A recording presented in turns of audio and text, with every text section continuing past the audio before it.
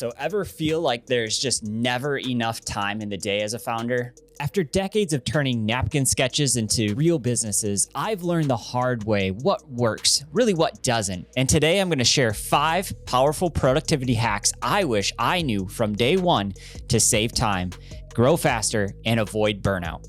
So hack number 1, master your priorities. As a founder, juggling countless tasks can really feel overwhelming, but focusing on high impact work is really the key to avoiding that burnout that we all dread. By using the right tools and strategies, you can really zero in on what truly matters and let go of the rest, whether through delegation, elimination, or automation. So really, let's break it down into 3 powerful tactics.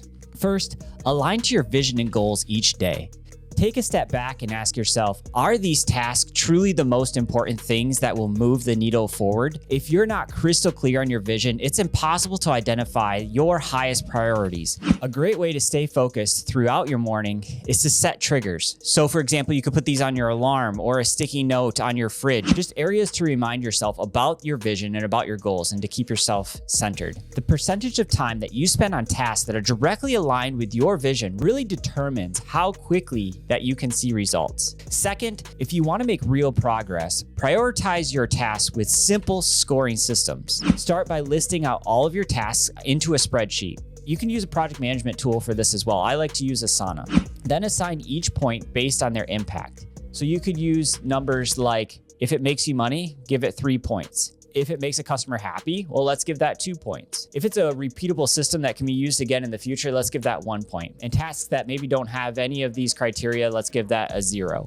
So for example, if I'm creating a step-by-step onboarding process, that might score a total of 6 because it actually hits each of those key criteria, and that's going to jump it to the top of the list. Remember, simplicity scales, so do not overcomplicate this process. It's designed to make prioritizing quick and effective for a reason. If we make it complicated, we know each other, we won't do it. Third, eliminate those low value tasks. Take a really hard look at your to-do list and ask yourself, do I really need to do this? Or can it actually go on a stop doing list? Every time you say yes to something, you're actually saying no to something else. And often it's your top priorities that you're saying no to. You just don't realize it. Use apps maybe to handle some of these repetitive tasks or delegate them out. You really need to free up that mental space for growth. Simplifying is really easy to overlook, but it's critical for staying focused on what truly matters. So now these 3 tactics, aligning to your vision, scoring your tasks, and eliminating all that fluff, will really help you prioritize as a founder and will make more progress with the limited time you have. So now hack number 2, time block and batch time. Time blocking is about creating dedicated windows for your key tasks, while batching involves grouping similar work to minimize context switching.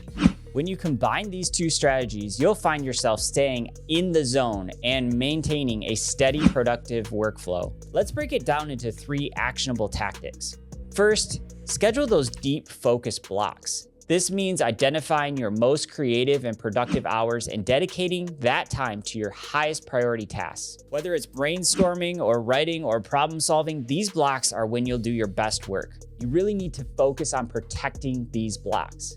If you don't, you will make the choice to waste a key opportunity on really gaining productivity. So hack number 2, time block and batch. Time is your most valuable asset, and one of the best ways to maximize it is really through blocking and batching. Time blocking is all about creating dedicated windows for your key tasks, and batching involves grouping that similar work and minimizing context switching. When you combine these 2 strategies together, you'll find yourself staying in the zone and maintaining a steady, productive workflow. Let's break it down a little bit more, and we'll use 3 actionable tactics to do that. First, schedule those deep focus blocks. This means identifying your most creative and productive hours and dedicating the time that you need to your highest priority tasks. Whether it's brainstorming, writing, or problem solving, these blocks are when you'll actually do your best work. You really need to protect these times with intention, because if you don't, you're making the choice to waste key opportunities that will really gain your productivity.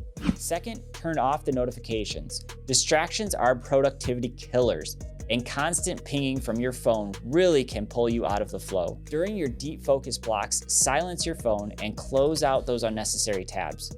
This uninterrupted time is required for getting more done in less time. Finally, let's group those similar tasks together. This is where batching comes in. Instead of jumping between one unrelated task to the other, try grouping similar ones. Say all emails, I'm going to do a time block to do that. Calls, time block. Brainstorming sessions, time block. Do it over and over. You also might be able to dedicate specific hours for back-to-back coaching and training with the team. That's what I do. By doing this, you are actually avoiding wasting that energy on mental context switching. When you combine time blocking with batching, you create a productivity system that works for you, not against you. So let's start by analyzing your energy levels throughout the day. Then align your focus blocks with your peak times. Turn off distractions and tackle tasks in batches to maintain that rhythm. Hack number 3, delegate and empower. As a founder, it is easy to fall into the trap of trying to do just everything yourself. But what I have learned is that scaling your business requires you to lose control. Remember that 80% done by someone else is 100% freaking awesome, because it frees you up to focus on the big picture and make strategic decisions. Let's break this down into 3 tactics. First, train your standards, not your presence. It's not about being in every meeting or approving every decision. It's actually about making sure your team knows exactly what's expected. Start by documenting your processes and communicating clear guidelines so there's no room for ambiguity. This way, your team knows the level of quality that you expect, even when you're not in the room. I really learned this lesson the hard way during the early phases of my engineering firm. Back then, everything seemed to grind to a halt if I wasn't there. If I wasn't present, the meetings would be canceled. It wasn't scalable and it wasn't sustainable.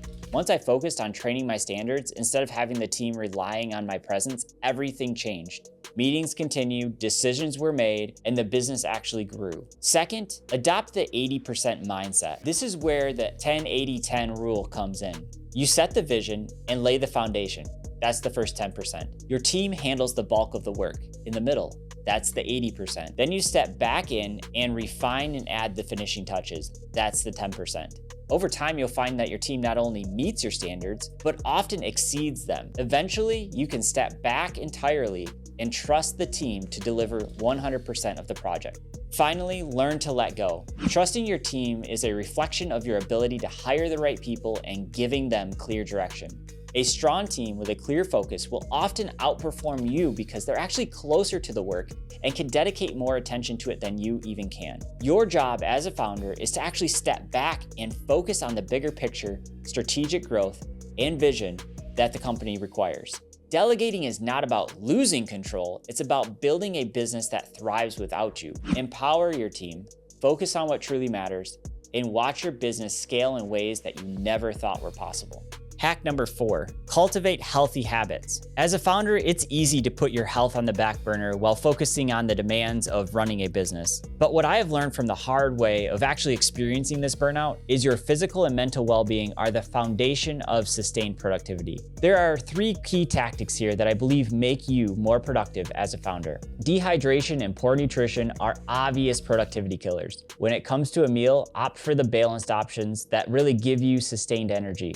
A well-fueled body means a well-fueled mind, one that's ready to tackle tough challenges and make smart decisions. Second, let's prioritize quality sleep. Late nights might seem like the norm for founders, but they really come at a steep cost. I always regret it the next day if I stay up late and don't get enough sleep. Personally, I've found it leads to poor judgment, diminished creativity, and slower problem solving. Finally, exercise regularly. You don't need to spend hours at the gym to really reap the benefits of movement. Similar to your goals, you just need to make sure that you're clear on what you're trying to achieve. Sometimes simple activities like a 30-minute walk or even stretching at your desk can really help you reduce stress and improve focus. When you take care of your body, your brain operates at its best, and you are better equipped to really handle the demands of running a business. This brings us to the final hack, number 5.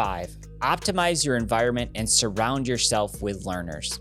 Your environment isn't just where you work. It's actually the foundation of how you think, focus, and grow. If your environment doesn't support your goals, it's really holding you back. I really want to break this down into 5 key areas. First, Create a distraction-free workspace. Invest in furniture, proper lighting, and tools like noise-canceling headphones. If you want your brain to function at its best, your space needs to work for you, not against you. Remember, every item in your workspace is either a tool for focus or a distraction pulling you away. This has been really hard for me over the years, and I have had to put people into my life that help me support organization. Second, surround yourself with growth-minded people. Connect with communities that challenge and inspire you. The right people don't just push you to do better, they really raise your baseline and help you set new standards for yourself every single day. Third, leverage an executive assistant. Your time is your most valuable asset, and managing calendars and emails isn't the best use of it. Give these tasks to someone who can really handle them effectively, allowing you to focus on those high-value, revenue-generating activities. Fourth, if you work from home, create intentional space for getting that work done. A clean and organized house is also helpful. It's not just visually appealing, it's actually mentally freeing. Set up goals and triggers in high-value areas. This will also help you set up those goal triggers. Clarity in your space actually leads to clarity in your actions. Finally, consider the sounds around you. Are they really helping or are they hindering your focus? Whether it's motivational music, complete silence, experiment to find what really works best for you. When your environment and your network are really optimized, they act as amplifiers for your growth. Build a space and surround yourself with people that match the future that you want, and watch how much faster you'll get there. The 5 productivity hacks that we covered were mastering your priorities, time blocking and batching, delegating and empowering, cultivating healthy habits, and optimizing your environment. Remember, productivity isn't about doing more. It's about doing what matters most when it matters most. When you align your work with your vision, eliminate distractions, and surround yourself with the right people and systems, you actually move the needle faster. Now, if this video helped you, don't forget to like and subscribe and share it with another founder who might also need to hear these insights.